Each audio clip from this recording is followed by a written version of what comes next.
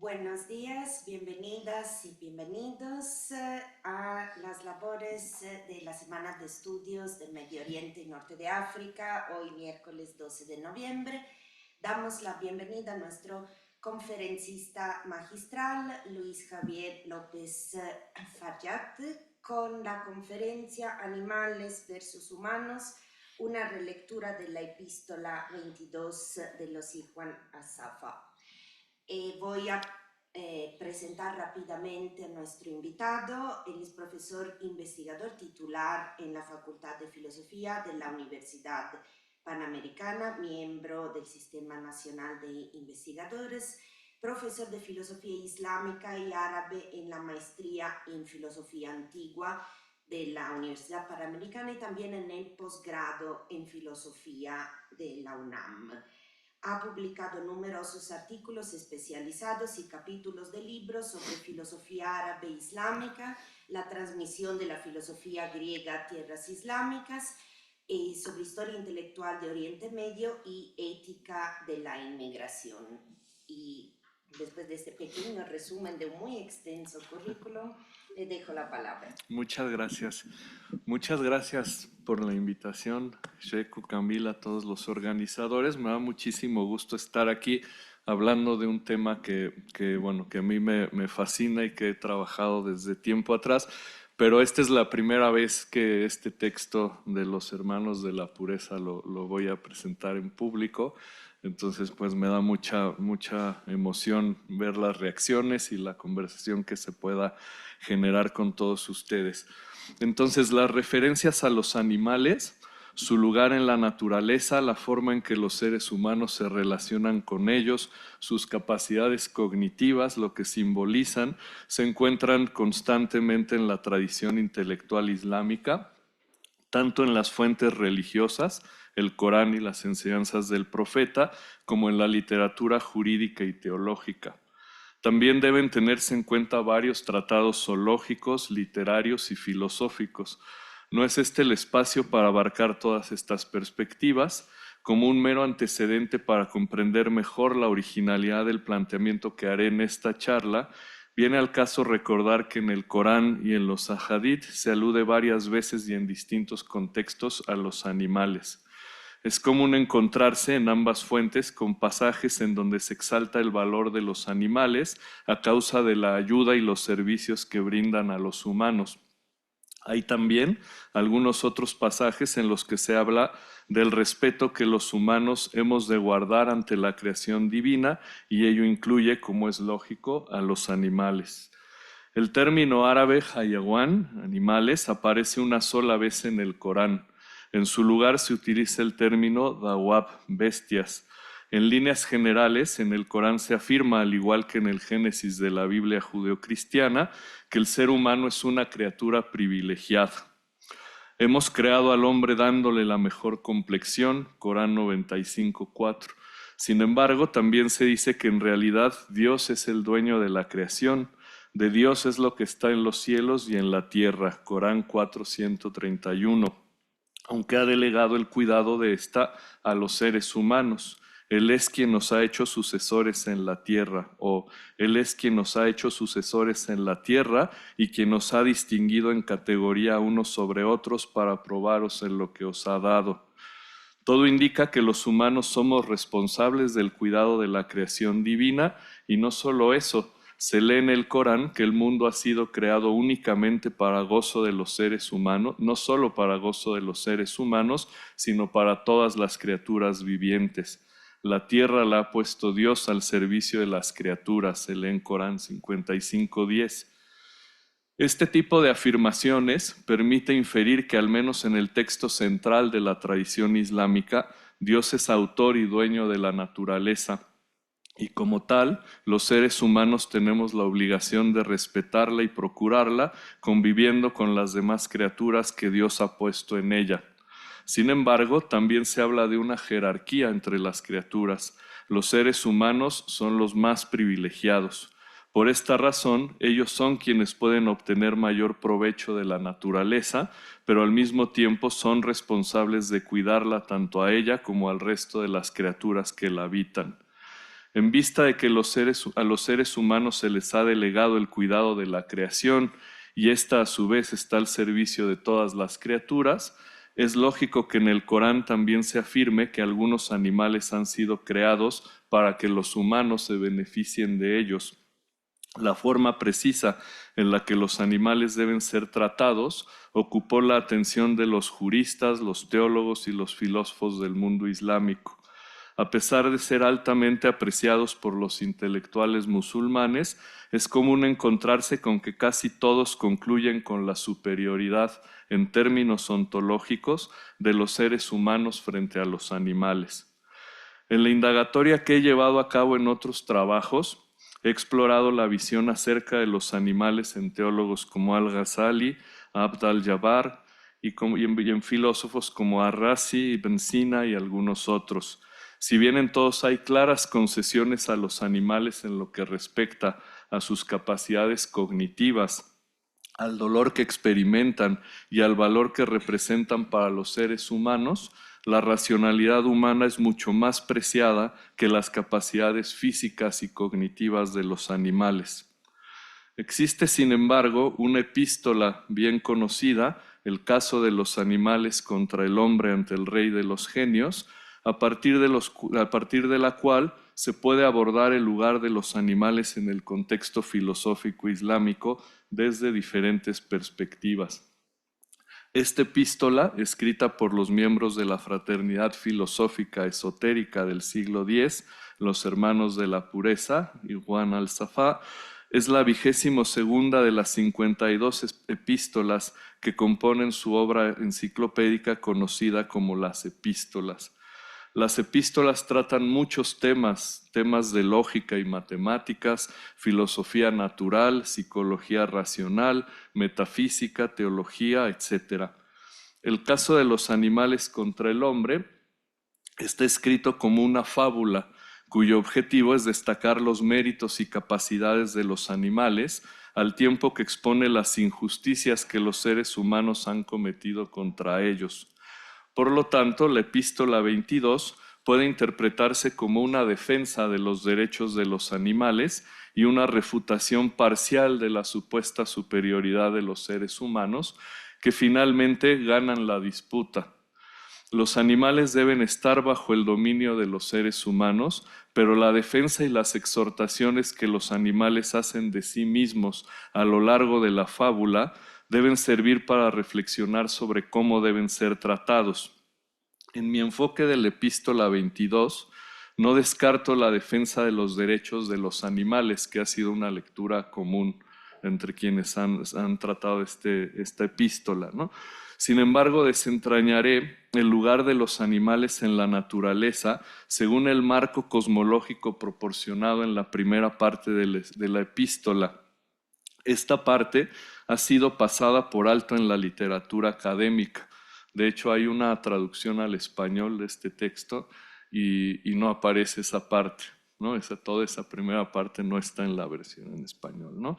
Quizá esto se deba a que el carácter literario de la fábula ha atraído principalmente la atención, mientras que la primera parte, que está escrita como un breve tratado filosófico, que si se lee con atención, proporciona la estructura del universo y el lugar que ocupan los animales en él. Aunque esta primera parte sea considerado un prólogo a la fábula, el título de los manuscritos es Sobre las especies de animales, sus maravillosas estructuras corporales y sus peculiaridades asombrosas. Los hermanos elaboran un enfoque cosmológico basado en una hibridación de Aristóteles, el pitagorismo y el neoplatonismo. Si bien la epístola presenta una jerarquía de seres que a primera vista parece antropocéntrica, también defiende una contigüidad entre los seres naturales, lo que sugiere que existe una estrecha interconexión entre ellos. Esta contigüidad nos permite interpretar que la naturaleza entendida como un todo requiere la interacción y la complementariedad de todos los seres naturales. Las diferencias fisiológicas, estructurales y operativas de cada ser natural son, por lo tanto, necesarias para mantener el equilibrio del ecosistema. En esta presentación sostengo que el lugar de los animales en la naturaleza debe entenderse debe entenderse dentro del marco de esta concepción de la naturaleza como un todo, en la que los diferentes seres vivos interactúan y se necesitan mutuamente para subsistir. Sin embargo, esto no significa que los seres naturales y sus respectivas especies carezcan de valor en sí mismos. Si bien el lugar de los animales en la naturaleza suele determinarse en función de su relación con los seres humanos, como es el caso de los argumentos que esgrimen los humanos en la fábula, en el prólogo se nos recuerda que los animales, al igual que las plantas, tienen según sus capacidades un valor en sí mismos y no solo en función de su relación con los seres humanos. El prólogo identifica las diferentes capacidades de los seres humanos, algunas de ellas más perfectas que otras. Por ejemplo, la racionalidad está por encima de la sensación, lo que suele llevar a la conclusión de que los seres humanos son superiores a los animales. Si bien la epístola 22, ¿cierro esto? No. Es que se infiltró. Sí, ¿no?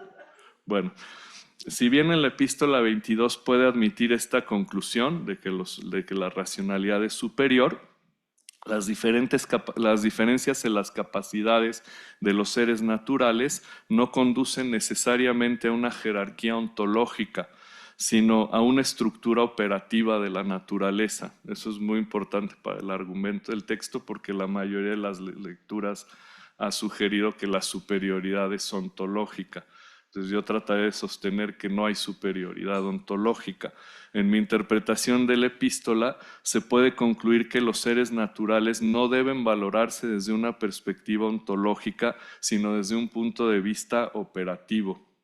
En otras palabras, a diferencia de lo que suele interpretarse, la jerarquía establecida en la epístola no aparece en el orden del ser, sino en el orden de la función o actividad propia, es decir, lo que en términos aristotélicos se denomina ergon. Esta noción griega de ergon aparece discutida en Aristóteles en la Ética Nicomaquea, en el libro 1, capítulo 7, y se refiere a cómo cada ser tiene que definirse en función de la actividad que le es propia, y ese es el valor que obtienen los seres, tanto naturales como artificiales, ¿no? Esta forma de interpretar la epístola 22 enfatiza entonces las especificidades y la teleología de los animales y cómo cumplen sus funciones. Si los animales no pudieran llevar a cabo con éxito sus actividades propias, el resto de los seres naturales, tanto las plantas como los seres humanos, se verían afectados. Lo mismo ocurriría en el caso de los minerales, las plantas y los seres humanos. Por lo tanto, aunque la epístola se inclina por aceptar que los seres humanos están a la cabeza del orden natural, les exhorta a gobernar con responsabilidad. Un gobierno irresponsable introduciría, como denuncian los animales en la fábula, un desorden en la naturaleza. Los hermanos eran conscientes de la importancia de un equilibrio ecológico en el que no se explotaran ni a las plantas ni a los animales. Entonces voy a pasar ahora al trasfondo cosmológico de la epístola 22. A lo mejor si quito esto, sí, ya pueden ver, ¿no? Y ya. Bueno, como se ha mencionado, la epístola 22 comienza con esa especie de prólogo en el que los hermanos tratan en primer lugar la gradación de los seres en el universo, una idea común entre los filósofos del mundo islámico. En el nivel inferior se encuentran los minerales, luego las plantas, luego los animales y finalmente en un nivel superior los seres humanos y los ángeles. Como se puede ver, el modelo es jerárquico. Lo que está arriba es superior y lo que está abajo es inferior. Los animales, por lo tanto, están por encima de las plantas y por debajo de los seres humanos. La epístola 21 trata de las plantas. En ella se muestra que no es fácil establecer la demarcación entre los minerales más elevados y las plantas más bajas. Lo mismo ocurre en la escala natural con las plantas superiores y los animales inferiores. Esta observación está inspirada, de hecho, en la historia de los animales de Aristóteles y es crucial para comprender la contigüidad de los seres y la estructura de la naturaleza en su conjunto.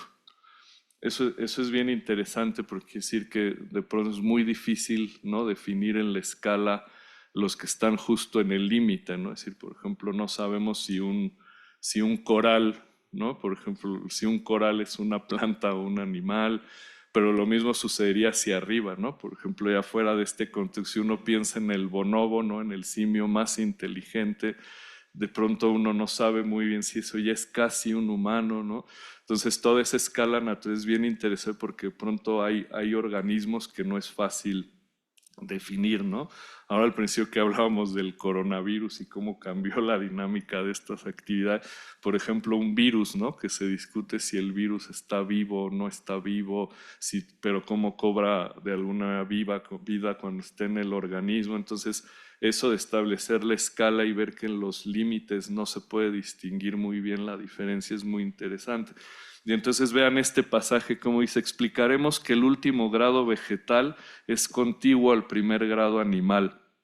Y luego colocaremos después de esta epístola, la de las plantas, la epístola sobre los animales y explicaremos que el último grado animal es contiguo al primer grado humano y que el último grado humano es contiguo al primer grado de los ángeles, que son los habitantes de los cielos y los moradores de las esferas que Dios, exaltado sea, creó para la estructura de su mundo.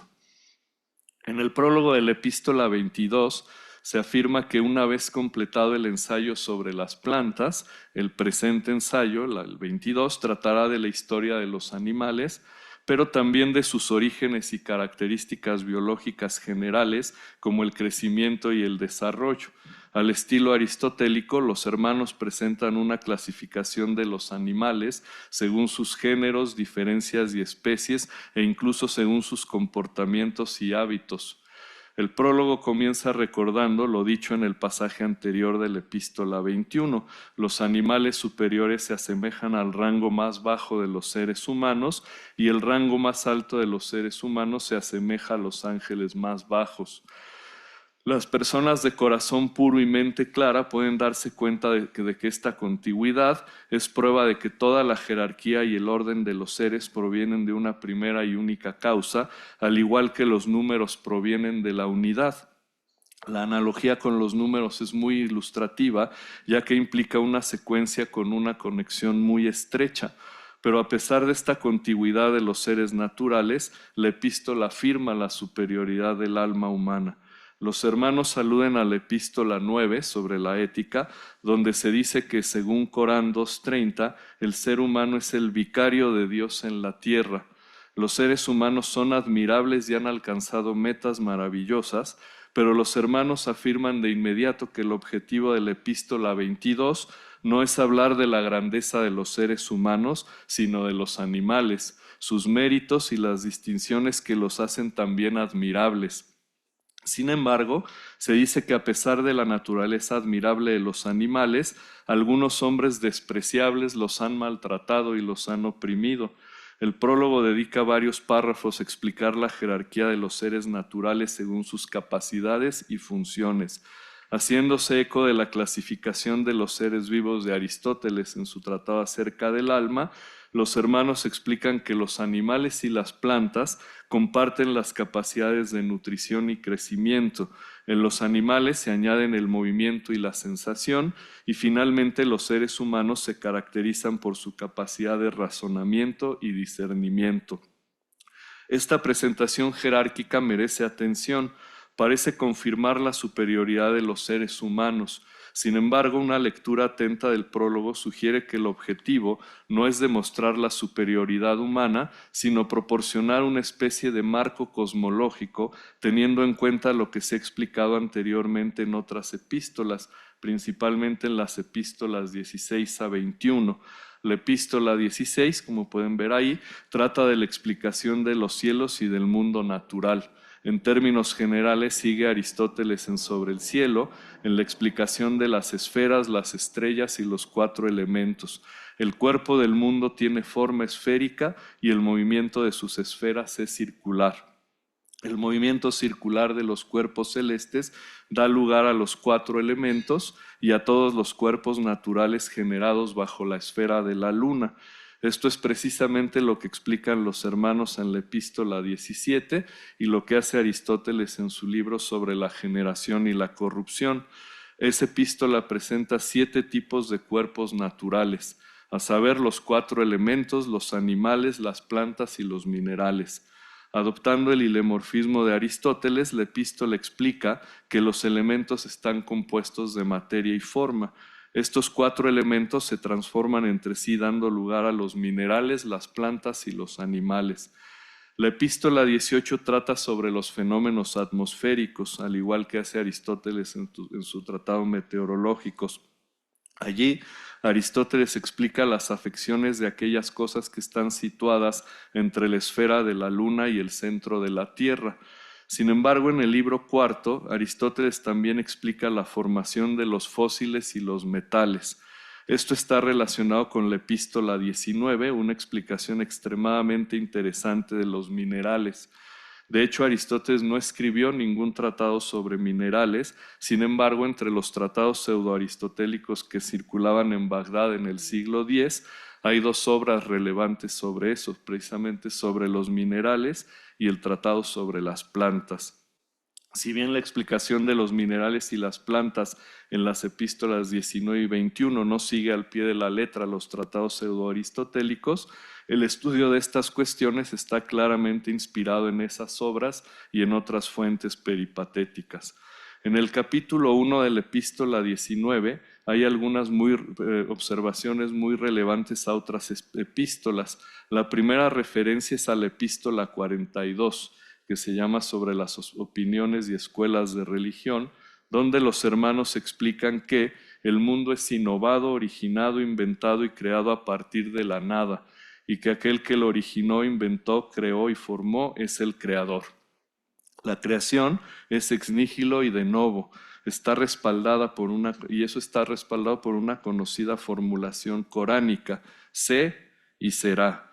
Esta fórmula aparece en varios pasajes, por ejemplo en el Corán 3:47. Así es Alá, Él crea lo que quiere. Cuando decreta algo solo tiene que decir sé y es. Y 16:40. Y nuestra palabra cuando deseamos algo es solo decir sé y es. Otras referencias se encuentran en la epístola 38 sobre la resurrección, donde se explica que el cambio y la corrupción en el mundo sublunar continuará ocurriendo mientras se mantenga el movimiento circular de las esferas celestes y solo cesará si el Creador decide suspender su rotación.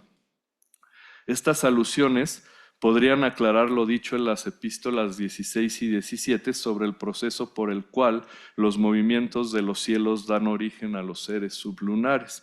Sin embargo, las cosas son más complicadas de lo que parecen.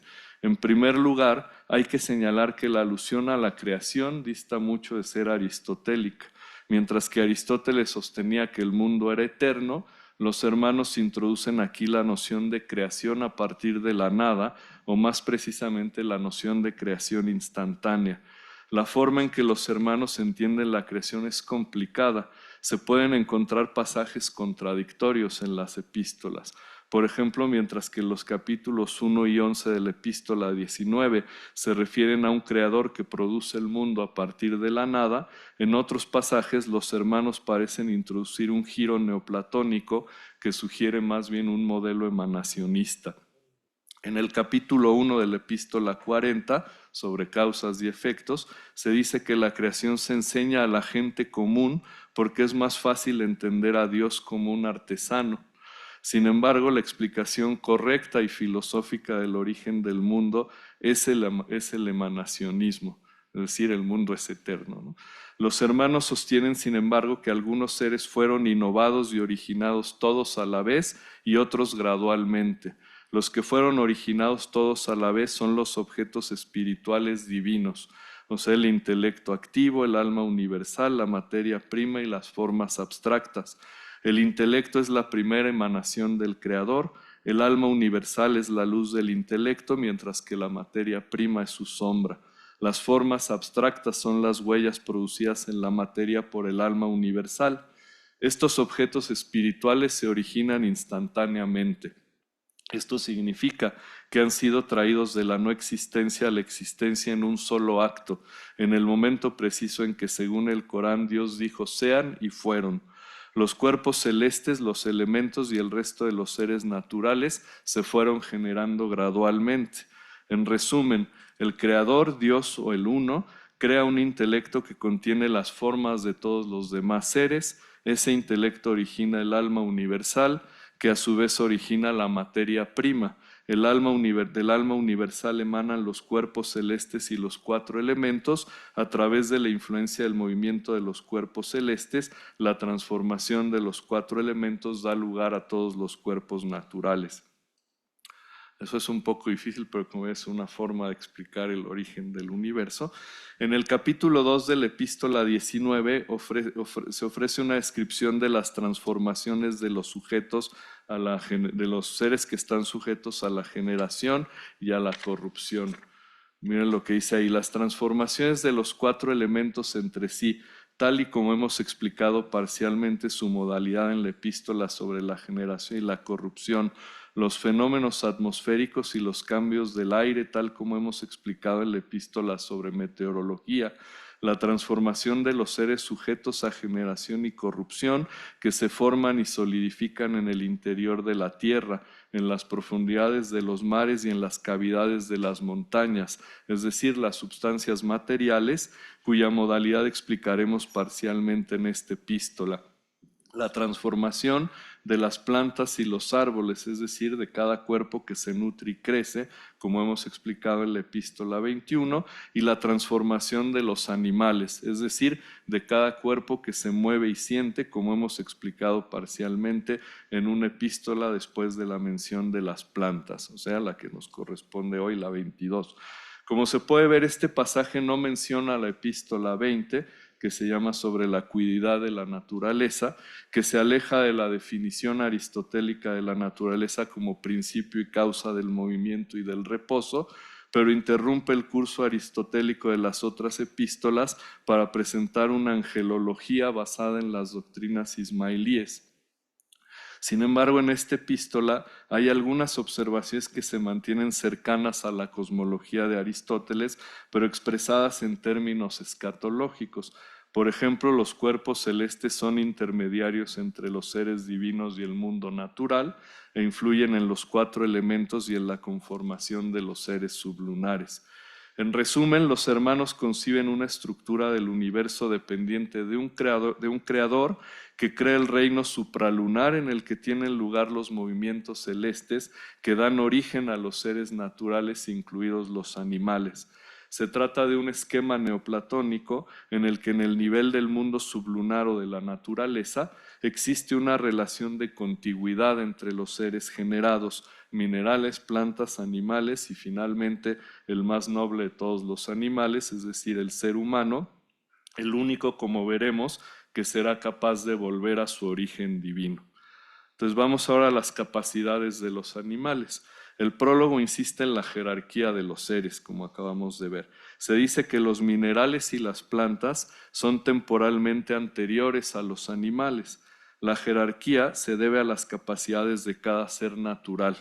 Mientras que los minerales proporcionan la materia de la que están hechas las plantas y el resto de los seres vivos, las plantas proporcionan nutrientes a los animales. Es digno de mención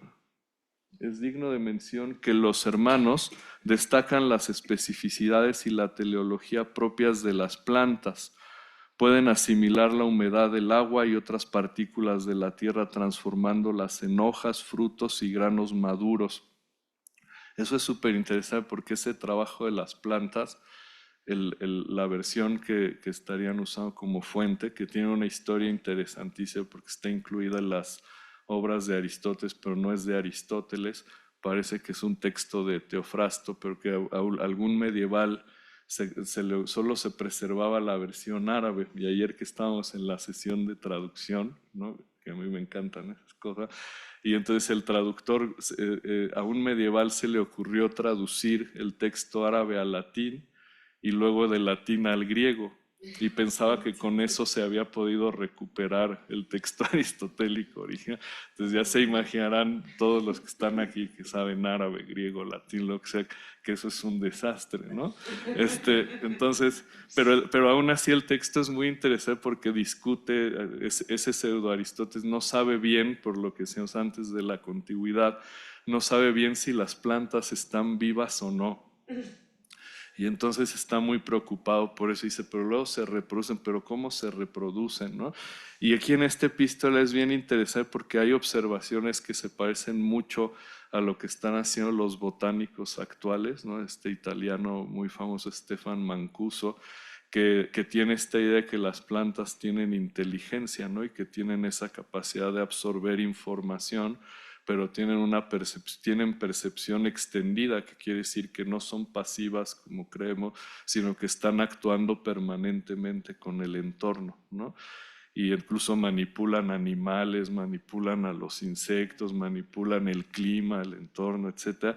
Y aquí ya hay observaciones que se podrían parecer a eso, pero bueno, aquí dice que las plantas, si las plantas no fueran capaces de todas esas capacidades, no podrían nutrir a los animales y entonces los animales no podrían existir. Se obsérvese, por tanto, que a pesar de que las plantas parecen ser organismos básicos con un funcionamiento muy simple, los demás seres vivos en realidad dependen de ellas. Algo similar ocurre en el caso de los animales. De hecho, los hermanos observan que hay algunos animales más perfectos que otros. Las plantas son anteriores a los animales inferiores son anteriores a los más perfectos, y así como los animales inferiores son anteriores a los más perfectos, estos últimos preceden a los humanos. Los hermanos afirman claramente que los animales existen para los seres humanos.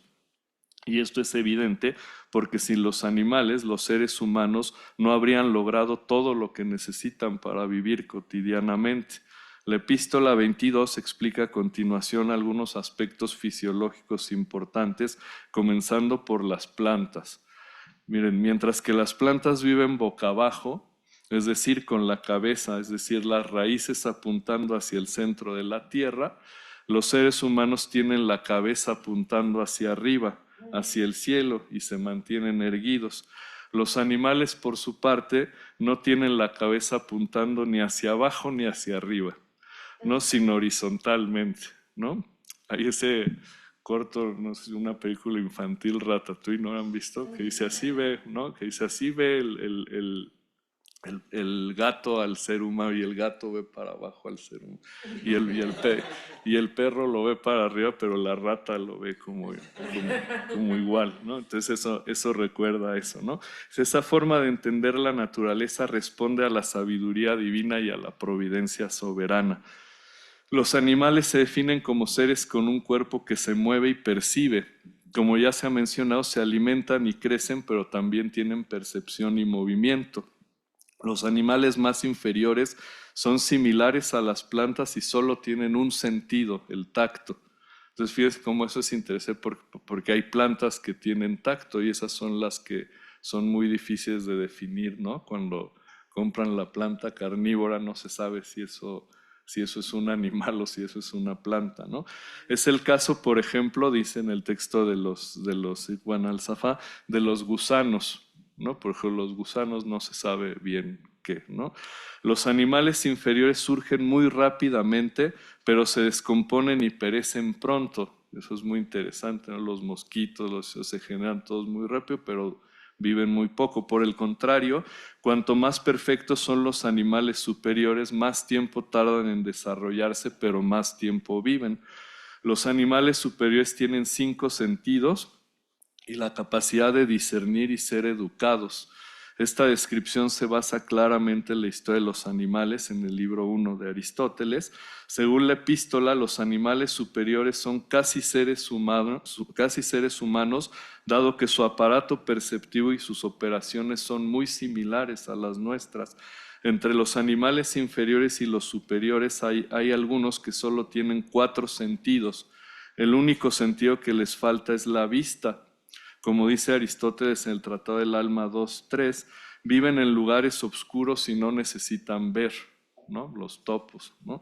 Los hermanos sostienen, haciéndose eco de Aristóteles, que la sabiduría divina ha decretado que ningún animal posea un órgano que no le sea útil o beneficioso, ¿no? También muy interesante, podemos creer que el topo es inferior porque no ve, pero en realidad no es inferior, lo que pasa es que no necesita usar ese órgano, ¿no?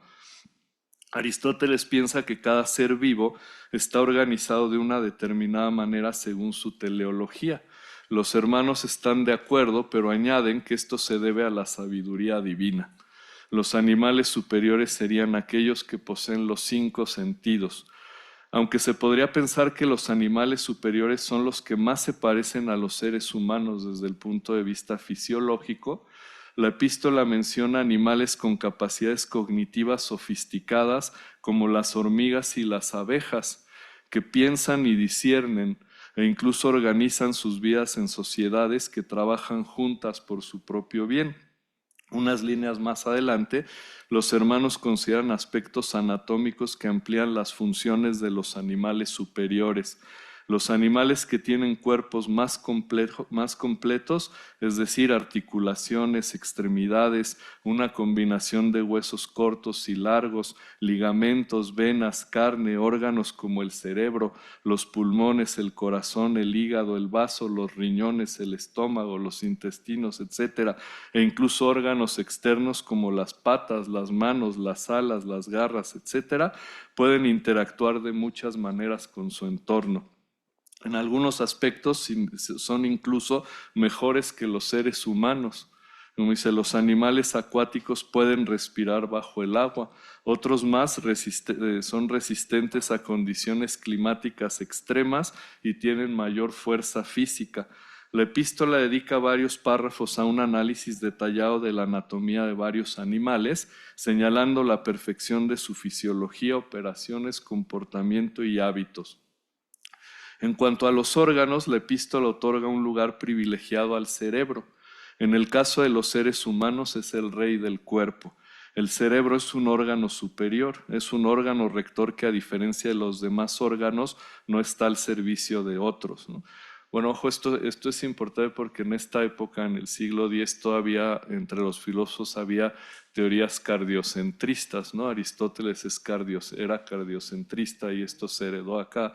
Entonces es llamativo que en los Juan al-Safá, como por ejemplo un siglo después en Avicena, ya no hay cardiocentrismo, sino que ahora hay cerebrocentrismo, ¿no? Que eso proviene de la traducción de Galeno, ¿no? Entonces aquí el cerebro es órgano superior, es un órgano rector que a diferencia de los otros órganos no está a servicio de nadie.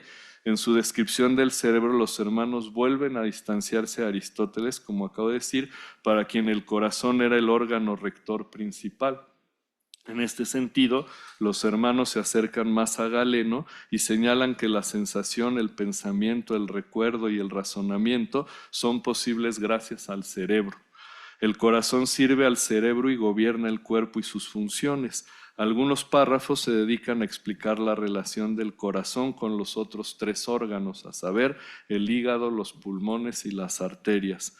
No voy a profundizar en las funciones de estos órganos. El objetivo de las observaciones fisiológicas y anatómicas de los hermanos es mostrar que los cuerpos complejos ejecutan operaciones más sofisticadas y que existen similitudes fisiológicas y por lo tanto operativas entre los animales superiores y los seres humanos.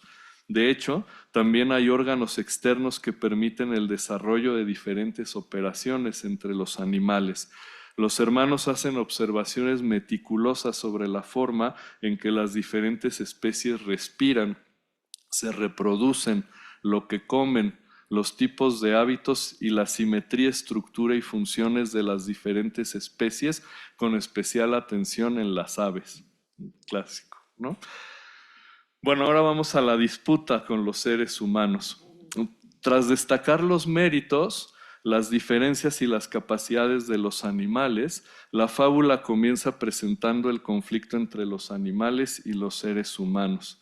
En resumen, la fábula cuenta que cuando los descendientes de Adán comenzaron a reproducirse y multiplicarse, empezaron a extenderse por la tierra.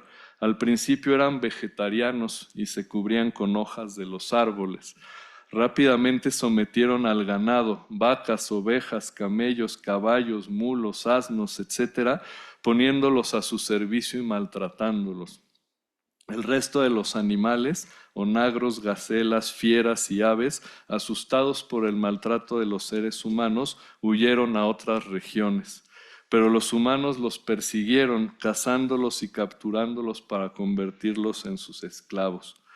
Cuando fue enviado el profeta Mohammed, invitó tanto a los seres humanos como a los genios, ¿no?, a los jinn, a conocer el Islam. Un grupo de genios se convirtió al Islam, entre ellos Biwarsap, un rey virtuoso de una isla llamada Saún, descrita como un lugar idílico donde todo tipo de animales vivían en paz y armonía, seguros y sin miedo. Pero un día una tormenta obligó a un grupo de humanos a desembarcar en la isla y al ver lo perfecto que era el lugar decidieron establecerse ahí. Así se rompió la paz de los animales. Los seres humanos sometieron a los a los animales y los pusieron a su servicio. El ganado y las bestias decidieron entonces acudir ante el rey para quejarse de las injusticias y los malos tratos de los humanos.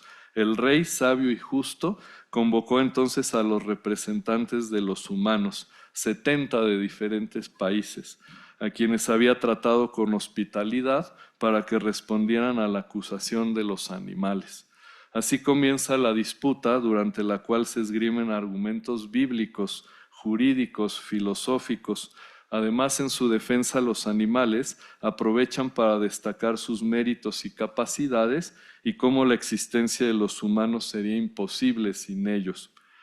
En términos generales, no los puedo presentar todos porque cada animal va a presentar sus argumentos, pero haré una presentación muy general. En términos generales, los argumentos esgrimidos por los seres humanos siguen un patrón muy similar. Partiendo de las escrituras, se dice, por ejemplo, que hay muchos versículos en el Corán, la Torá y los Evangelios que confirman que los animales fueron creados para el bien de los seres humanos. Por lo tanto, los seres humanos son sus amos y los animales sus esclavos. La respuesta de los animales aporta matices importantes a este tipo de pasajes. La mula, por ejemplo, responde en línea con lo que se ha explicado en la primera parte de la epístola, que el mundo fue creado por Dios, quien creó los cielos, la tierra y todos los seres naturales efectivamente para el bien de los humanos. Sin embargo, la mula argumenta que esto no significa que se pueda maltratar a los animales o cometer injusticias contra ellos. El argumento de la mula se basa en la idea de la contigüidad explorada en la primera parte. Dios, dice la mula, creó todos los seres del cielo y de la tierra sujetos unos a otros, o al bien o para impedir algún mal. Por lo tanto, los versículos aludidos apuntan a la bondad de Dios y no a la subyugación de una especie superior sobre otra.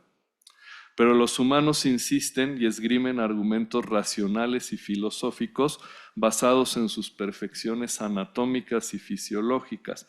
Los humanos, dicen, tienen una figura hermosa, recta, erguida, con excelentes sentidos, una sutil capacidad de discernimiento, un espíritu penetrante y una inteligencia superior. Esto lo confirma el propio Corán. Esta vez el rey consulta al sabio de los genios, quien formula una vez más una respuesta en línea con la primera parte. Dios no ha dado a los seres humanos una anatomía privilegiada, sino que al igual que a todos los animales, los ha dotado de la fisiología adecuada para sus necesidades naturales. Por eso, aunque los seres humanos afirman tener excelentes sentidos y capacidad de discernimiento, lo cierto es que muchos animales tienen mejores sentidos y un discernimiento mucho más sutil que el de los seres humanos. A continuación, los animales destacan algunas de sus capacidades sensoriales que ponen de manifiesto las limitaciones de los seres humanos en ese sentido. A lo largo de la fábula se presentan algunos otros argumentos que no es posible desarrollar aquí en detalle. Algunos de ellos se refieren a la dependencia de los animales domésticos respecto a los seres humanos. Otros al hecho de que los seres humanos han sido los creadores de la ciencia y el conocimiento, y otros aspectos escatológicos como la resurrección. Sin embargo, lo que quiero destacar es que el debate se mantiene en el nivel de las diferentes operaciones que los seres humanos y animales pueden llevar a cabo sin aludir en ningún momento a la superioridad ontológica. Se argumenta que incluso en el reino animal hay animales con operaciones superiores, ¿no? Y que incluso entre los animales unos son mejores que otros. Por ejemplo, entre los cuadrúpedos el caballo es superior al resto, ¿no? En el texto hay una oda al caballo que está muy bien, son muy bonitos los caballos, ¿no? Sin embargo, no se trata de una superioridad en sentido degradante, es una superioridad que indica diferentes tipos de operaciones, algunas de ellas más completas que otras. Así, si consideramos la estructura jerárquica a la que se alude a lo largo de la epístola, en el nivel, como dije, del ergon, es decir, de las actividades propias o funciones, es decir, en el nivel esto de lo que Aristóteles llama el ergon, cada ser tiene la teleología según su especie y así es como contribuye al orden natural. Pero entonces, ¿por qué ganan los seres humanos? Bueno, al final de la disputa, el único argumento válido para los seres humanos es el hecho de que según la doctrina islámica, Dios solo les ha prometido la resurrección a ellos. El delegado de las aves admite, de hecho, que la promesa de la vida después de la muerte, recompensa y retribución o castigos y tormentos, es exclusiva para los seres humanos y que los animales están exentos de recompensas y amenazas, que eso en realidad está mejor, ¿no? Dice, los seres humanos y los animales, ¿no? Los seres humanos y los animales no son iguales, porque los seres humanos pueden salvarse gracias a la intercesión de los profetas, especialmente de Mohammed, y una vez en el paraíso vivirán eternamente entre imames, sabios, poetas, paradigmas de la bondad y la virtud, santos, ascetas, personas piadosas y ángeles. En este punto, todos los animales y los sabios genios llegaron a un acuerdo. Dice, pero ¿qué cabe esperar del hecho de que en el ámbito de las acciones que merecen recompensa o castigo no exista rivalidad entre los seres humanos y los animales? Bueno, un personaje fascinante, un hombre culto, virtuoso e inteligente, y fíjense cómo se escribe, de origen persa, ¿no?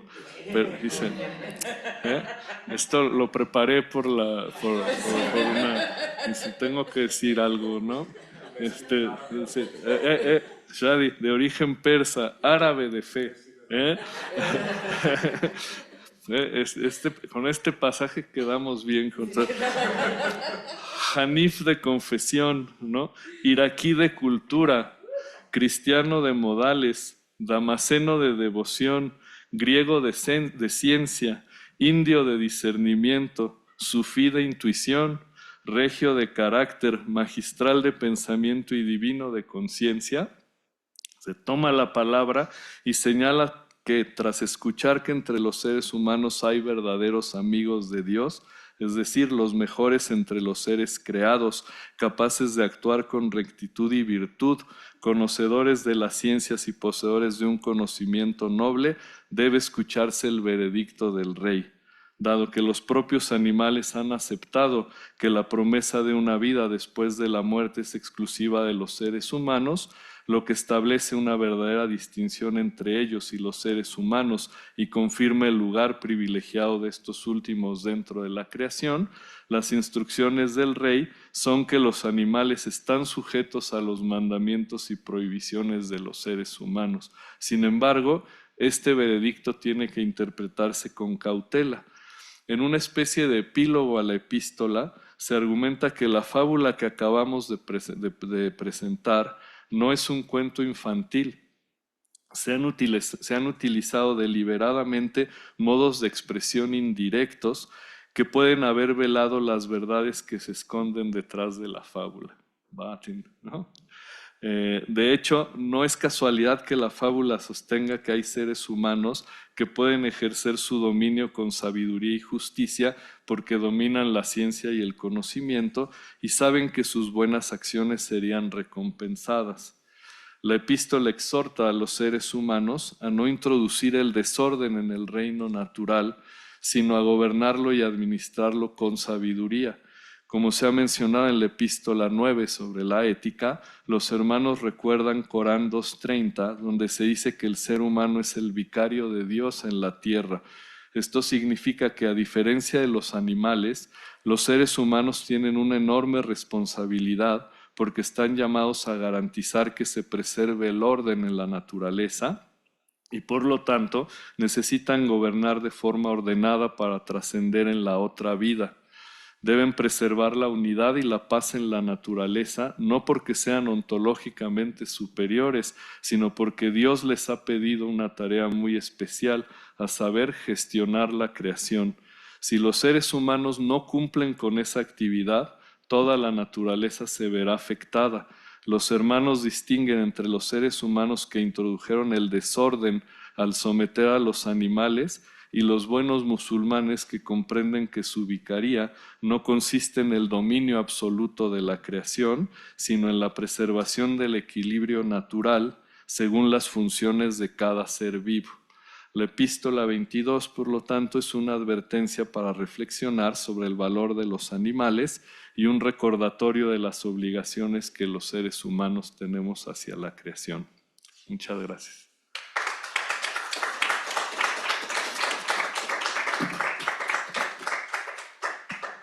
Muchas gracias por esta conferencia tan fascinante. Abrimos un espacio de preguntas, comentarios, diálogo, estimado público. Adelante. Sí, mire, está el micrófono. Sí, Luis Javier, muchas gracias, fascinante la verdad. Mi pregunta es si has reflexionado sobre esto o si se puede reflexionar sobre esto a partir del lenguaje árabe, en este caso, ¿no? La lengua árabe. Porque una de las características, yo creo que fundamentales del árabe, y uno que está estudiando árabe lo aprende en los primeros días de la clase, es la distinción entre humano y no humano está muy clara. Sí. ¿No? En cuestión de pronombres, ¿no? De conjugaciones y adjetivos y cómo formar frases. Por ejemplo, en árabe, ¿no? Mujeres, ellas. Y solo en tercera persona, porque lo no humano es solo se refiere en tercera persona, nunca hablas con, ¿no? Con una pluralidad de gatos o perros, que puede ser, pero en el lenguaje como que no lo tenemos. Pero, por ejemplo, las mujeres, ellas, los hombres, ellos, las sillas, ella, ¿no? Las mesas, ella, los gatos, ella, las gatas, ella, no siempre, la distinción está muy clara. Pero me pregunto si tanto en Juan Safa o en otros textos clásicos del árabe, con los cuales yo no estoy familiarizado con nada, donde de repente, de cierto modo, se humaniza a los animales o a los otros seres, donde se usa el pronombre del plural, por ejemplo, en vez de usar pronombre singular femenino, que es lo que normalmente se usa. El primer pasaje que me viene a la mente, es el único que me viene a la mente, y que es del Corán, y conozco este pasaje porque Mahmoud Darwish lo incorporó en un poema de Don Marcel Khalife, lo cantó, y lo quisieron meter en la cárcel porque cantó un versículo del Corán, entonces esto es, ¿no? En el Líbano no fue aceptado, que es el poema de Yusuf, donde Mahmoud Darwish cita el versículo del Corán que es de Surat Yusuf, y que dice, lo tengo de memoria porque tengo la canción muy viva en mi mente: رأيت 11 كوكبا ورأيت الشمس والقمر رأيت 11 كوكبا والشمس والقمر رأيتهم لي ساجدين رأيتهم لي ساجدين ورأيتها لي ساجدة. Está refiriendo es José lamentando lo que le ha pasado, la traición de sus hermanos, ¿no? Y está hablando, no me acuerdo si con Dios o con su padre, y le dice, y si está recordando el sueño que ha tenido y que contó a sus hermanos y que causó la envidia, donde dice que qué mal he hecho yo cuando conté que vi en mi sueño 11 astros y el sol y la luna los vi los vi, ¿cómo se dice? Postrarse. A mí. Ujú. Y lo de postrarse lo pone como un verbo conjugado de ellos. Y aquí como que se estuviera humanizando a los astros, se está humanizando al sol, humanizando a la luna, ¿no? Y me pregunta para ti si esto ocurre. Como no sé, por ejemplo, en Khalil Eddin, ¿no? Que es, ¿no?, el Sí, famoso, sí, en sí. la traducción al árabe, eh, no sé, al momento de la traducción en los textos árabes clásicos, si los animales, porque son animales que viajan y les duele y están contentos, ¿no? Como son, tienen sentimientos humanos, si se refiere a ellos o como ella, ¿no? Sí, mira, no había puesto atención a ello hasta ahora donde recuerdan en las epístolas se refieren a ellos, ¿no? Em, pero tendría que revisar eso. Es muy buen punto, porque no me había fijado en eso. Pensé que me ibas a preguntar sobre la posibilidad de que los animales produjeran lenguaje en estas cosas de Humer, porque esa es una discusión que sí está. Es decir, no lo había visto desde la perspectiva de filológica que tú me sugieres, pero sí la voy a revisar, pero me parece muy, muy, muy interesante. Pero lo que sí está discutido es si los animales pueden hablar, si los animales articulan lenguaje. Y es algo que generó muchísimo interés entre los filósofos del mundo islámico, sobre todo porque Aristóteles es ambivalente con eso, ¿no? Sus tratados de los animales hay distintos momentos donde dice que hay animales que articulan lenguaje y en un texto de lógica que se llama el Perihermeneias o de Interpretazione, dice que las bestias no pueden articular lenguaje. Y entonces, por ejemplo, Al-Farabi cuando comenta ese texto dice, momento, aquí hay algo raro, ¿no? Porque Aristóteles dice que las bestias no articulan lenguaje, ¿no? Y entonces él se dedica a mostrar que sí articula, que emiten una serie de sonidos que están articulados y que tienen un significado emocional sobre todo, ¿no? Que eso es bien interesante porque se adelantó a una cosa que sí se descubrió en 2011, porque Al-Farabi, que era músico, entonces tenía un gran oído, se dio cuenta que las aves emitían sonidos distintos cuando le hablaban a cada uno de sus críos. Y saben que en 2011 se descubrió que las aves sí le... Y entonces Alfred decía, eso parece que le ponen nombre, ¿no? Entonces, entonces el tema de lo lingüístico siempre está muy presente ahí, pero esto que me preguntas no lo había, pero ahora que estuve trabajando lo de las epístolas, si no recuerdo mal, siempre se usa como un plural por lo general. Sí, sí, sí, sí. Pero bueno, gracias y eso lo voy a revisar y te haré preguntas yo a ti. Luis Javier, gracias por una conferencia preciosa. Yo Gracias, tengo Camila. un par de preguntas un poco como Shadi sobre tu mirada sobre el texto y si nos puedes hablar de cosas Claro. que seguramente ves, pero no forman parte hoy de tu presentación. Y son preguntas un poco abiertas o grandes o no sé cómo llamarlas. Una es que es una pregunta sobre el género, Ujú, ujú, que es ahorita, por ejemplo, que Shadid señalaba en términos filológicos, ¿no? Cómo ujú, se ordena lo no humano ujú. como tercera persona femenino. Es que justo en todo el debate, ¿no? Eh, no hay nada o nadie que esté marcado como femenino, más que de repente La mula. algunos de los animales, Ajá. ¿no? Y me llamó mucho la atención porque todo era como un masculino sin fin, hasta que de pronto hablabas de algunas de las bestias, ¿no? Ujú, Y entonces te quería preguntar sobre eso, sobre cómo aparece o no aparece el género, en relación, por ejemplo, con cuestiones de reproducción, ujú. y cómo se narra o no la reproducción, y qué pasa con la ontología del cuerpo o de lo corpóreo en relación con género y reproducción. Es una pregunta muy egoísta, porque estoy No, es trabajando con parteras excelente.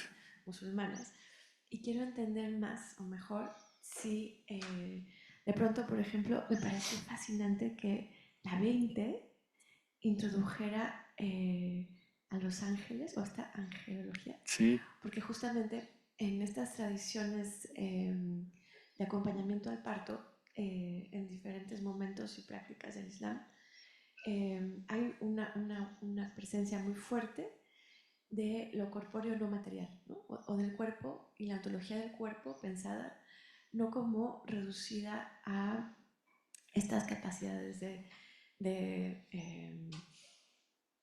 nutrirse, crecer y Ujú, luego corromperse, ¿no? ujú, ujú. O de sentir y discernir, sino como hay una infusión divina que también hay que acompañar al momento de acompañar al cuerpo que da a luz, Ujú. ¿no? Entonces, sí, te quería preguntar por eso, por las ontologías del cuerpo y la cuestión de género. Sí, muchas gracias, Camila. Mira, en esta epístola ese tema no aparece, pero sí hay una epístola dedicada a la reproducción, ¿no? Y además me encanta la pregunta porque aquí hay cosas bien interesantes, no solo en los hermanos de la pureza, sino en los distintos filósofos, porque la teoría de la reproducción cambia en cada caso, bueno, hay distintos matices dependiendo si los filósofos tienen una orientación más neoplatónica o más aristotélica. En esto que dices de la intervención de algún ángel o de algo externo, divino, es una versión más común entre los filósofos neoplatonizantes. En los hermanos sí vas a encontrar que al final tiene que haber una forma de intervención divina para que se pueda, vamos a decirlo así, de manera más coloquial, activar el alma, ¿no? Pero en los filósofos que tienen una visión más biologicista, ahí también el planteamiento es igualmente interesante porque hay una lectura muy común, pero más muy extendida, que es la que proviene de Aristóteles, que quizá han oído que se extendió a muchos filósofos del mundo medieval, no solo árabe, sino latino, que es esta idea de que la mujer juega un papel pasivo en la reproducción. ¿No? Y entonces lo que dice, bueno, el principio de vida, ¿no? El que aporta la forma es el semen masculino, que esa sí es una idea común en la mayor parte de los filósofos del mundo medieval de las tres tradiciones. Y entonces parecería, muchos dicen de manera muy brutal, entonces la mujer aporta la materia, entonces, ¿no? La inserción del principio de vida en un hornito, ¿no? Una cosa por el estilo, ¿no? Bueno, pero esos pasajes de Aristóteles se han discutido muchísimo, ¿no? ¿Qué querría decir con eso? Porque parece que esa es una interpretación no del todo precisa, porque el papel de la mujer no es pasivo en la reproducción. Y quienes se dieron cuenta de eso, fue principalmente Avicena, no el médico. Entonces el médico que ya incorpora la teoría de la reproducción de Aristóteles, las observaciones que hace Galeno, entonces, la tradición aristotélico-galénica piensa que los fluidos que intervienen en la reproducción son el semen y ellos piensan que es la sangre menstrual. Entonces se discute si en la sangre menstrual hay o no un principio activo o no. En principio parecería que no, porque lo que Aristóteles describe es que es un residuo, ¿no? Que el cuerpo expulsa lo que ya no le sirve y entonces la sangre menstrual sería un residuo. Pero entonces en el momento de la reproducción lo que la tradición galénica empieza a descubrir es que la sangre menstrual sí tiene un principio activo. Bueno, es la imprecisión, es decir, lo que quiere decir en grandes términos es que la mujer sí tiene que aportar, sí tiene una participación activa en la reproducción, aunque el resultado sí es como poco afortunado porque lo que aporta es el alma vegetativa, es el alma más básica. Es decir, si la mujer no aportara algo activo, entonces no podría conformarse el embrión, ¿no? Entonces en realidad tiene que haber la conjunción de dos principios que tienen que participar activamente. ¿no? Entonces ahí ya vienen unas teorías médicas, ¿no? Como Avicena sí pone mucha y otros, al RASI, al desarrollo embrionario, y de ahí viene por primera vez la teoría de que en la 12ª semana es cuando empieza a haber sensación, ¿no? Cuando empieza a haber, eso ya lo encuentran en los textos de Avicena. Pero claro, después la gran interrogante en eso es cómo emerge esa vida, si podríamos creer que hay un principio intrínseco, ¿no? A la propia naturaleza que permite que eso derive en un ser vivo, o si necesitas la intervención de un agente externo que en las tradiciones más religiosas, pues ese principio externo es Dios, ¿no? Que es el que finalmente permite que se genere la vida, pero esa es otra discusión. Los filósofos discutimos todo, ¿no? Entonces, esa es otra discusión, si la naturaleza tiene un principio activo en sí mismo o si la naturaleza requiere un principio externo para poder ser activo. Entonces, vean cómo eso repercute en la teoría de la reproducción.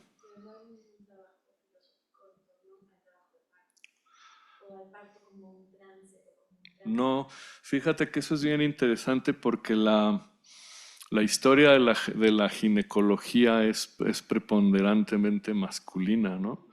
Y entonces eso es muy interesante, pero en el siglo XII hay una mujer que se llama Trota, ¿no? Trota de Salerno, que es una mujer latina, pero es una mujer que ya que estamos en Semana de Medio Oriente, es una mujer muy interesante porque sus fuentes son Constantino el Africano, que es un médico musulmán converso, es Avicena y es la tradición hipocrático-galénica, es decir, sigue dependiendo de hombres, pero sus tratados son muy interesantes porque es medicina práctica para mujeres, entonces todavía tiene la actitud de que no quiere poner en duda lo que dicen los médicos varones grecoárabes o de la tradición grecoárabe islámica, pero entonces omite decir que están mal, pero dice, bueno, eso no es exactamente así, ¿no? Y entonces sin entrar a polemizar, ella empieza a generar una visión ginecológica desde la mirada femenina. Yo tengo un artículo de eso, todavía no lo publico, pero a mí me interesa mucho esa parte de la historia de la ginecología y el momento en el que se fue feminizando y el destino de Trota, porque después Trota, que abrió la brecha para que hubiera medicina para mujeres vista desde mujeres por el siglo XVIII, sino fue secuestrada otra vez por los varones, o sea, por la mirada masculina, ¿no?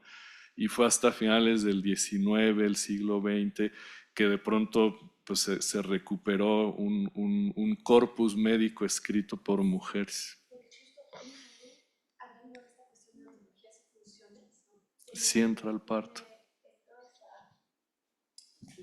Perdón, hay toda esta discusión y de hecho son los médicos andaluces y los filósofos andaluces de forma muy marcada y en contraste fuerte con otras regiones, los que en el siglo, por lo menos 14, 15, 16, le reconocen a la partera y a la partería, entonces al acompañamiento del trabajo en torno al parto, como uno de los oficios fundamentales. Sí, bueno, eso sí está desde el mundo griego, porque además recuerden que en la tradición médica, tanto griega como árabe, los varones no tocaban el cuerpo de las mujeres. Entonces, por ejemplo, en Hipócrates y en Galeno, desde mucho tiempo atrás en los griegos, sí está reconocida la labor de la partera. No hay un trabajo especulativo alrededor, pero el papel está. Y todos ellos dicen que recurren, que en los partos quien entra a atender a la paciente es la partera, ellos no. E incluso así diagnostican también las enfermedades de las mujeres. Ellos nunca tienen contacto directo con el cuerpo. Hay una mujer que a veces es o la partera o la matrona, la enfermera que va y examina a la mujer y llegaba y le decía al médico, está pasando esto, y entonces el médico hacía inferencias, imagínense, ¿no? Aunque es que nunca había visto en directo. Solamente hay un pasaje en Galeno donde dice que se le está desangrando una mujer y que entonces pues en esa dinámica de yo entro y te digo, está pasando, entonces Galeno se desespera y interviene y toca a la mujer. Y entonces después dice que se siente tanto la mujer como él entran como con una crisis así de culpabilidad enorme. Pero bueno, la figura de la partera sí está en el mundo griego y sí en estos textos, pero no, o sea, mencionada como que a ella le corresponde hacer eso. Pero lo interesante es ver, como por eso me pensé en Trota, porque Trota ya habla de lo que hace y además de lo que descubre, porque y se atreve, y bueno, no se atreve si están equivocados, pero dice, bueno, yo haría un matiz y en ese matiz dice, no tienen la menor idea, ¿no? De lo que está pasando ahí, ¿no? Checo. Ah, Iván. Me encantó lo que nos has compartido hoy. Para empezar, creo que en mi caso específico me cae como anillo al dedo, porque cuando no estoy estudiando, o estoy en mi jardín o estoy con mis gatos. En toda mi vida, una vez tuve 13 gatos, ahorita tengo solo 4. Y tuve una gata que vivió 25. Más allá de esa parte, Wow. sí, yo creo que es récord Guinness o algo así. Pero ahora quisiera comentar algunas de las cosas que has dicho y voy a hacer un intento de conectar algunas cosas contemporáneas. Primero, cuando has mencionado la epístola y algunos de los temas importantes como la importancia de la preservación del orden, la administración con sabiduría de la naturaleza, cuando citas incluso a Corán 2:30, la importancia de Dios que hace que el humano gestione la creación también con sabiduría y él sea recordatorio para tener en cuenta y en consideración a los animales, me hace también recordar, como también tú tocaste, no solamente un teofrasto hablando de plantas y también hablando de los caracteres, sino también más adelante en el Renacimiento, y creo que era Huarte de San Juan quien escribe esa famosa obra de los perfiles mentales de las personas, ¿no? Que al final de cuentas también todo esto se reduce a toda la categorización que se hace de las cosas, que todo empieza con Aristóteles. Seguramente si hiciéramos una línea muy rápida, porque creo que sería más extensa, Aristóteles, Linneo, incluso von Humboldt, etcétera, etcétera. Acabamos todo con esa categorización y lo que me llama mucho la atención es el centro en el humano, que además es una versión completamente predecible. Lo que nosotros podemos decir, ¿qué dirían los animales o las plantas? A lo mejor no somos lo suficientemente inteligentes para entenderlo porque ni siquiera lo notamos, ¿no? Uh-huh. Y esto me hace a mí recordar, porque no sé si ya lo vieron, pero yo hace poquito vi Frankenstein del Toro, que si no la han visto, véanla porque vale mucho la pena. Sí. Y espero no echarle a perder a quienes no lo hayan visto algunas cosas que voy a decir ahora. Pero es que desde el punto de vista narrativo, esa película es interesantísima porque primero está la versión del creador, ¿no? Del científico. Después viene la versión de la criatura. ¿Te das cuenta? De una historia completamente distinta. ¿Qué podrían decir los animales o las plantas? No lo sabemos, pero hay autores, por ejemplo, como Krause con Great Animal Orchestra o Coccia en Italia, The Life of Plants, donde tocan también cosas como cosas bien interesantes. Entonces, a mí me llama mucho la atención eso porque también algunas de las menciones que por acá salían eran seres muy similares a las nuestras. O sea, el enfoque en el humano es clarísimo. Hay menciones también como los animales que son menores que viven poco tiempo. Pienso en una lombriz o en una abeja. Vivirán poco tiempo, pero tiene una función potentísima, ¿no? Hay un caso también que es reciente en el ambiente de activismo, el señor que me parecía que se llamaba Homero Gómez, ¿no? Un activista michoacano que por combatir la tala ilegal, lo matan, ¿no? Lo mataron. Y lo que protegía el señor, literal, era el efecto mariposa y la contradicción de una tala ilegal que afectaba a las mariposas monarcas. Perfectamente sabemos, ¿no? Su potencia polinizadora. Una lombriz también. No sé cuánto vive una lombriz, pero seguramente muy poco. La lombriz abajo de la tierra hace muchísimo, ¿no? Entonces, a mí todo eso me encantó porque resuena también con el mundo contemporáneo. Enfocado en el texto, yo quisiera saber si tú recuerdas o nos podrías compartir algunas anécdotas como esto, ¿no? O sea, si a lo mejor hay alguna mención puntual a animales. Y por el otro lado también en el texto mencionabas las fronteras, ¿no? Entre animales y plantas, que puede ser un poquito para allá, un poquito para acá. ¿Qué podrían decir también desde esta posición para los casos a veces llamados anómalos, ¿no? Es decir, los que están en la frontera. Sí, gracias. Mira, bueno, de los ejemplos de animales el texto está plagado porque cada animal interviene ¿no? O sea, el texto es largo y entonces cada animal va ¿cómo se dice? Al tribunal o esto. Y entonces va y entonces habla, yo decía, y habla la mula, habla el caballo, y entonces cada uno va destacando sus capacidades, ¿no? Entonces, en toda esa tradición de animales está lleno de curiosidades. Una que a mí me gusta y me intriga mucho es la discusión de los animales que tienen o no tienen imaginación. Porque Aristóteles dice que con que haya que los animales más básicos que son los que tienen el tacto, pero él dice que con que tengan tacto ya hay imaginación. Una cosa muy interesante porque sugiere que la imaginación no es solo visual, ¿ven? Como uno tiende a pensar. Y en estos autores, Ramón Salivar, pero por ejemplo en Averroes hay una discusión de qué insectos tienen o no tienen imaginación, ¿no? Porque Aristóteles dice, bueno, todos los que tienen tacto tienen imaginación, pero los gusanos y las hormigas no. Y entonces uno siempre dice, ¿por qué habrá dicho eso? O sea, ¿en qué? Las hormigas muy probablemente sí, los árabes dicen que sí, bueno, los filósofos, porque se organizan socialmente, entonces no puedes ver esa organización de la hormiga si no hay como esa manera como de construir mentalmente el mundo, ¿no? Y rápido, de lo primero que decía, sí, la escala natural, sí, es tradición platónico, aristotélica, y como ven, eso se extendió hasta el Renacimiento y la modernidad, pero lo interesante es que actualmente está cambiando mucho porque hay una literatura enorme, menciona Mancuso, pero hay mucha gente, Mónica Gagliano, es decir, gente que se mueve entre la botánica y la filosofía, que se han dedicado a defender que las plantas no son tan pasivas como querríamos. Entonces, como creíamos. Entonces eso está cambiando también toda nuestra forma de comprender también el conocimiento, ¿no?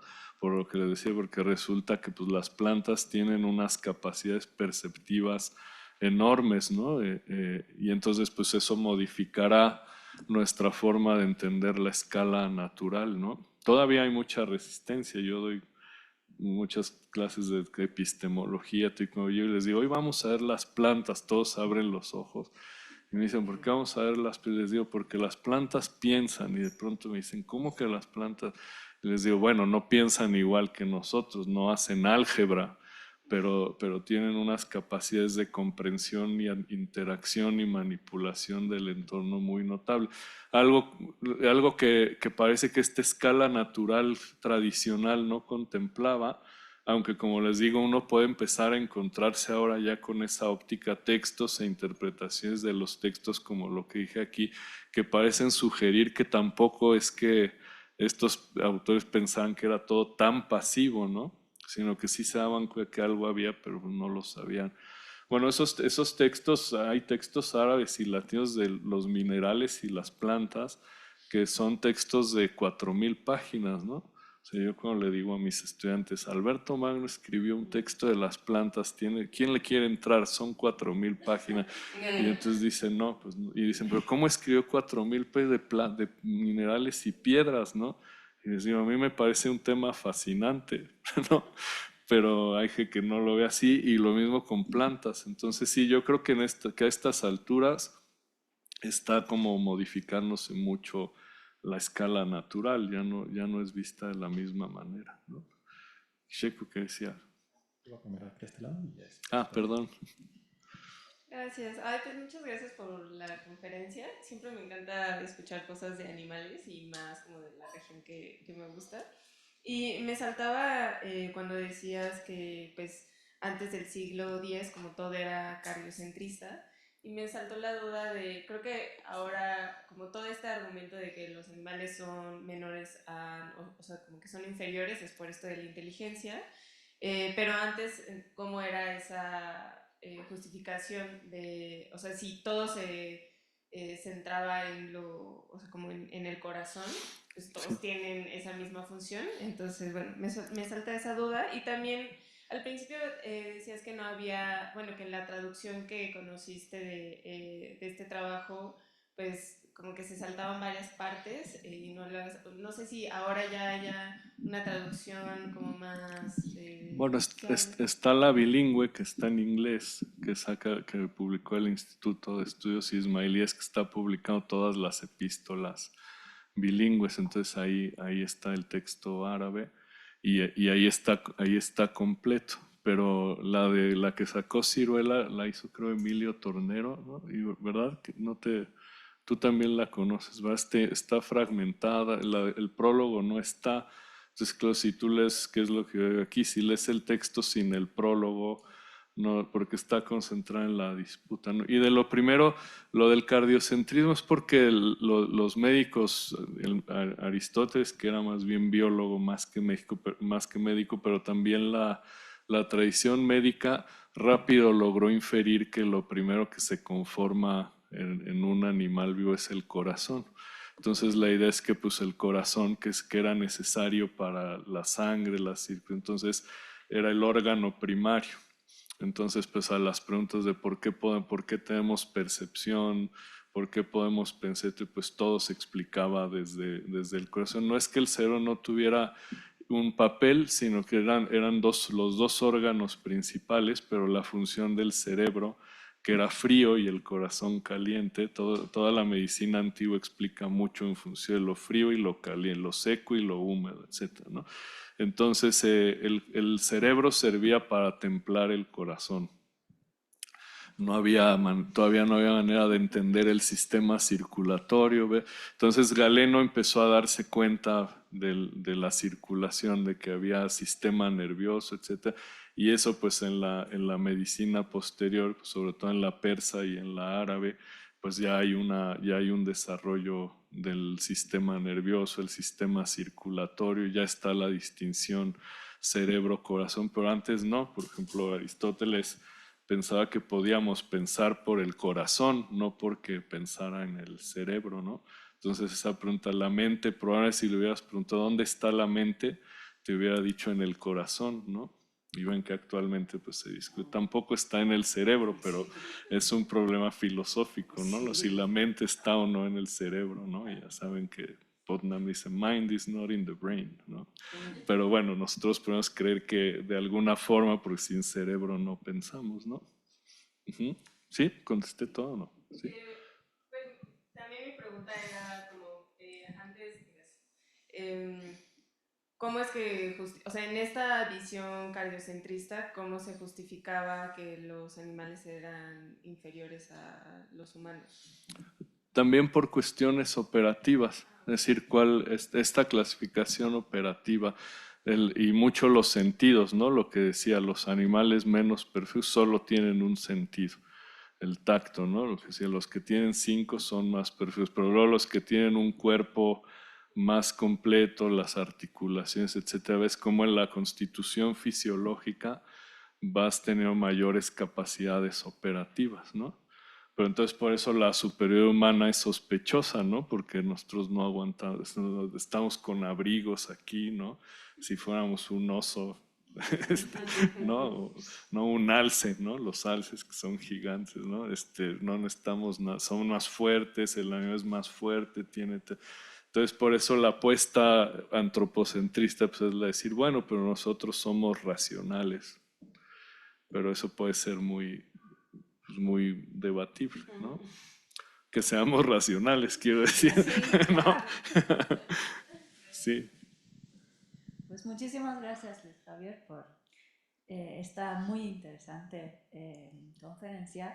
Todo el rato que te estaba escuchando no podía dejar de pensar en las dos resonancias que me vienen. Bueno, yo lo veo desde literatura y también me resuena mucho también con el zoroastrismo en muchas cosas. Claro. Entonces te quería compartir y saber tu opinión, porque ya, digamos, hablando desde la literatura, ya la forma de la fábula, que eso se plantee como de esta manera, ya es una tradición pues indoirania, ¿no? Como vieja. Y el nombre del rey de los genios, pues es claramente el nombre de mi personaje, ya lo conoces, ¿no? Viste que por eso lo pronuncié mal.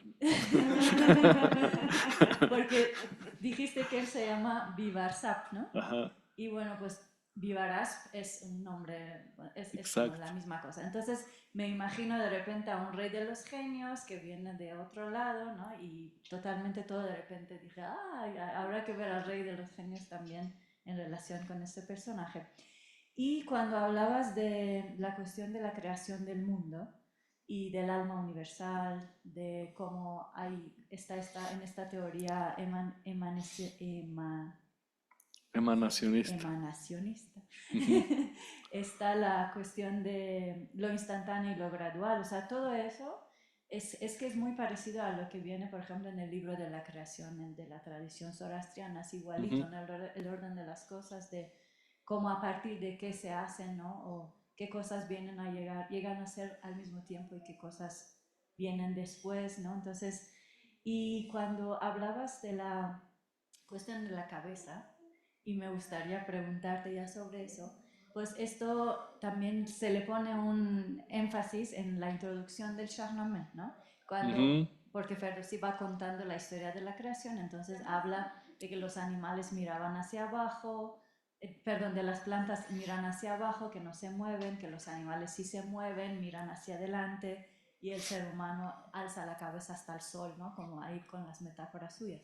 Entonces quería preguntarte, ¿cómo ves tú, o sea, por qué ves que hay también aquí énfasis en la cuestión de cómo se posiciona la cabeza? Entonces esa era una cosa. Y la otra es que hablaste de los cuerpos naturales generados bajo la esfera de la luna. Entonces quiero preguntarte por qué la esfera de la luna, porque por ejemplo en la mitología zoroastriana todos los seres animales y plantas se crean con la semilla del agua que está en la luna, pero eso es como una cuenta, digamos, totalmente mitológica, ¿no? De la ujú. creación, de por qué esta semilla se va a la luna y todo lo demás. Quería preguntarte por qué, dicen ellos, por qué hablan ellos de la esfera de la luna, ¿no? Y una tercera cosa, si hay algo sobre los metales. Ujú. Eso. Sí, voy a empezar por la de en medio, que es la más fácil. La división es Aristóteles, porque Aristóteles usa el mundo supralunar y el mundo sublunar. Y entonces yo creo que en este caso eso está acuñado de ahí, que está en todos los tratados de filosofía natural, ¿no? Lo que sucede en el reino. Bueno, porque Aristóteles él habla de lo que sucede en el reino de las esferas celestes, que es eso del cielo, es una bóveda circular, ¿no? Y entonces las esferas celestes se mueven y son las que van generando el movimiento natural, ¿no? Claro, hay una enorme discusión de cómo deberían mover esas esferas, ¿no? Y entonces, bueno, pero ese movimiento celeste, cósmico, etcétera, va de la mano de lo que está sucediendo ya en la última esfera, que es la de la luna, ¿no? Y que es la que incide directamente en los acontecimientos terrestres, ¿no? Y entonces ven cómo hay, bueno, y ahí en algunos de estos autores hay también esa herencia persa, donde dicen, esto quiere decir que los astros inciden, que los astros influyen en los acontecimientos del mundo sublunar, ¿no? O sea, lo que pasa abajo. Y entonces, pues no solo son los ciclos o las mareas o lo que sea, sino que existe la posibilidad de que también tengan que ver con nuestra suerte, ¿no? Con nuestro destino, ¿no?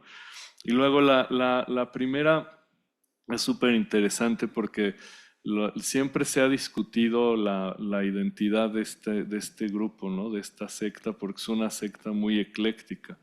Y entonces lo interesante esto es que parece que tiene una cantidad de fuentes a la mano y sin duda conoce perfectamente bien toda la tradición persa, ¿no? Entonces hay literatura que discute si esto es persa o si esto es más ismailí, pero a la vez el ismailismo pues tiene mucha herencia persa, entonces aquí hay algo muy, muy, muy ecléctico, entonces no es raro que te suenen las cosmologías, ¿no? Uno mismo te puede discutir por qué se parece tanto la cosmología neoplatónica a la persa, ¿no? ¿Quién fue primero? Una gran discusión, ¿no? Entonces tienes que ir por Bernardo de Ruecos para que discutamos quién fue primero, Pero bueno, las cosmologías son muy parecidas y aquí hay una cosa muy ecléctica, ¿no? Por eso es tan interesante, por eso gusta, ¿no? Porque uno dice, mira, esto de dónde salió, ¿no? Y luego no hay, hasta donde me acuerdo, no hay una epístola dedicada solo como a los metales, pero hay esas alusiones rápido que dije, como miren, es importante la conformación de fósiles y metales y tal, pero no me acuerdo si en alguna epístola hay un tratado, hay un tratamiento como más puntual de metales, ¿no? Pero eso también lo voy a revisar, eso te lo debo, ¿no?